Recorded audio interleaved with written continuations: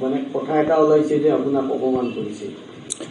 প্ৰথমটো মই কৈছোঁ, এইটো মই মানে ক্লাৰিফাই কৰিছোঁ, মই সংবাদ মেলৰ আয়োজন কৰা নাই। এতিয়া আপোনালোকৰ কিবা জানিব লগা আছে? আমি এটা কথা শুনিছোঁ যে দুদিন পূৰ্বে বগৰা জিলা আয়ুক্তৰ সৈতে আপোনাৰ এটা সংখ্যাৰ এটা হৈছে, শাৰীৰিকভাৱেও কিবা অপদস্থ কৰাৰ কথা এটা শুনিছোঁ। গোটেই কথাটো কি আছে? আচলতে মোৰ ফালৰ পৰা মইতো সংঘাত বুলি নক'ম আৰু। কথাটো হ'ল, আমাৰ দিলীপ কলিতা নামৰ এজন এছিষ্টেণ্ট ইঞ্জিনিয়াৰ আছিলে।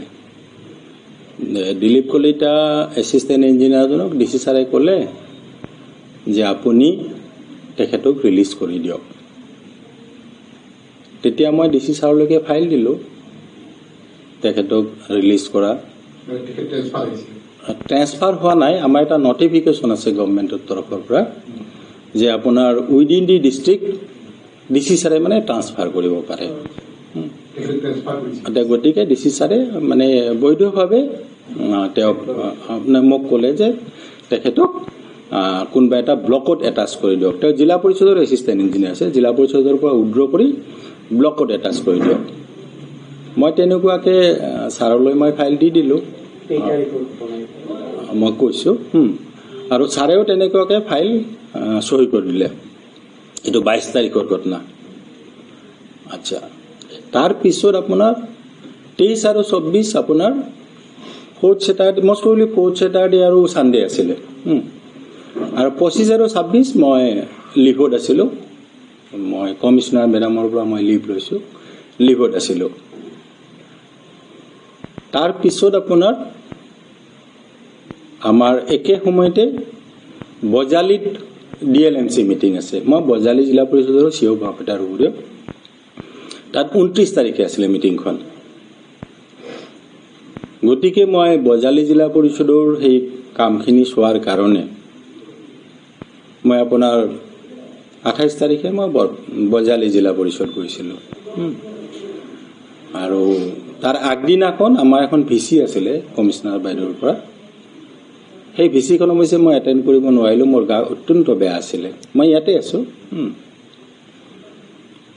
এতিয়া যিহেতু বজালীত DLMC মিটিং 29 তাৰিখে আছে, গতিকে 28 তাৰিখে মই গৈ তাত গোটেইখিনি আমাৰ ৰিপৰ্ট বনাব লাগে, কিবা কিবি কৰিব লাগে, সেইখিনি মই কৰিলোঁ।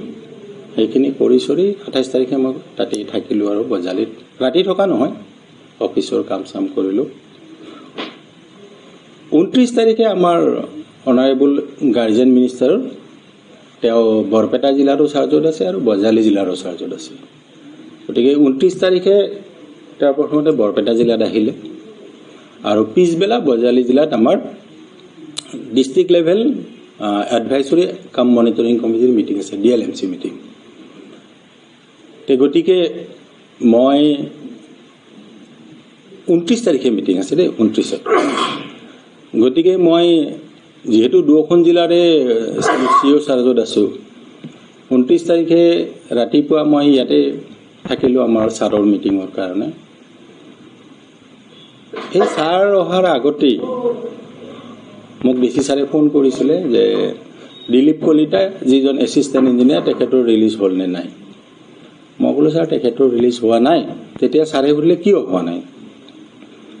তেতিয়া মই ক'লোঁ ছাৰ একটো মই ব্যস্ত আছোঁ, আৰু 2 নম্বৰ তেওঁৰ অৰ্ডাৰটো দিছিলে যে দিলীপ কলিতাই আপোনাৰ আমাৰ ধ্ৰুৱজ্যোতি নাথক চাৰ্জ দিব, এক্সিকিউটিভ ইঞ্জিনিয়াৰক। আৰু ধ্ৰুৱজ্যোতি নাথ আপোনাৰ ছুটীত আছে, মেডিকেল গ্ৰাউণ্ডত ছুটীত আছে। গতিকে ছাৰ মই চাৰ্জটো মানে তেওঁক ৰিলিজ কৰিব পৰা নাই, কাৰণ এই তেওঁৰ চাৰ্জ দিব লগা মানুহজন নাই।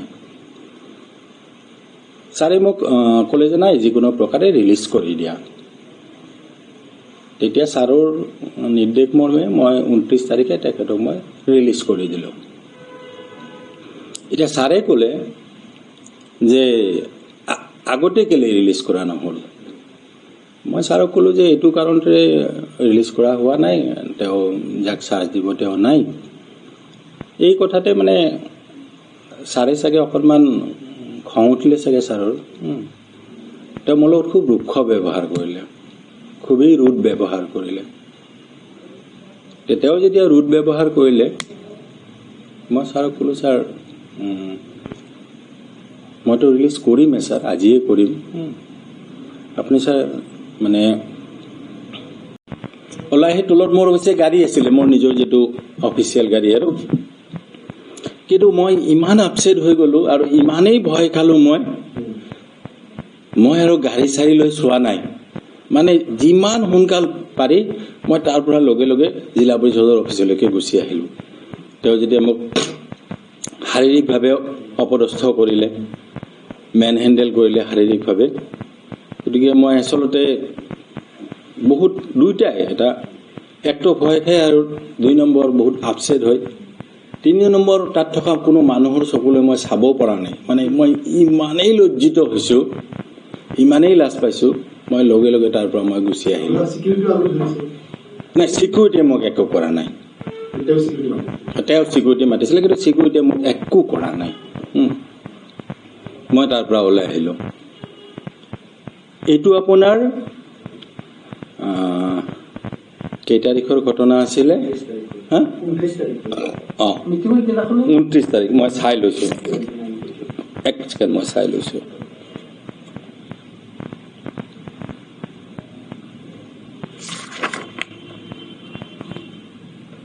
হা, 29 তাৰিখৰ ঘটনা। মই ওলাই আহিলোঁ। তেওঁ ওলাই অহাৰ পিছত মই অফিচতে আছোঁ। তাৰপিছতো মই বজাৰলৈ গ'লোঁ, মোৰ যিহেতু DLMC তাত মিটিং আছে। মিটিং চিটিং কৰিলোঁ।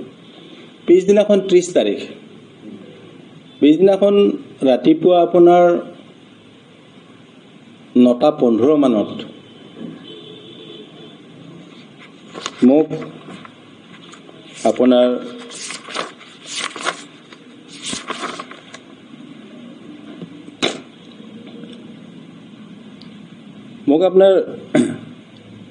ADC এখন চিঠি পঠিয়াই দিলে।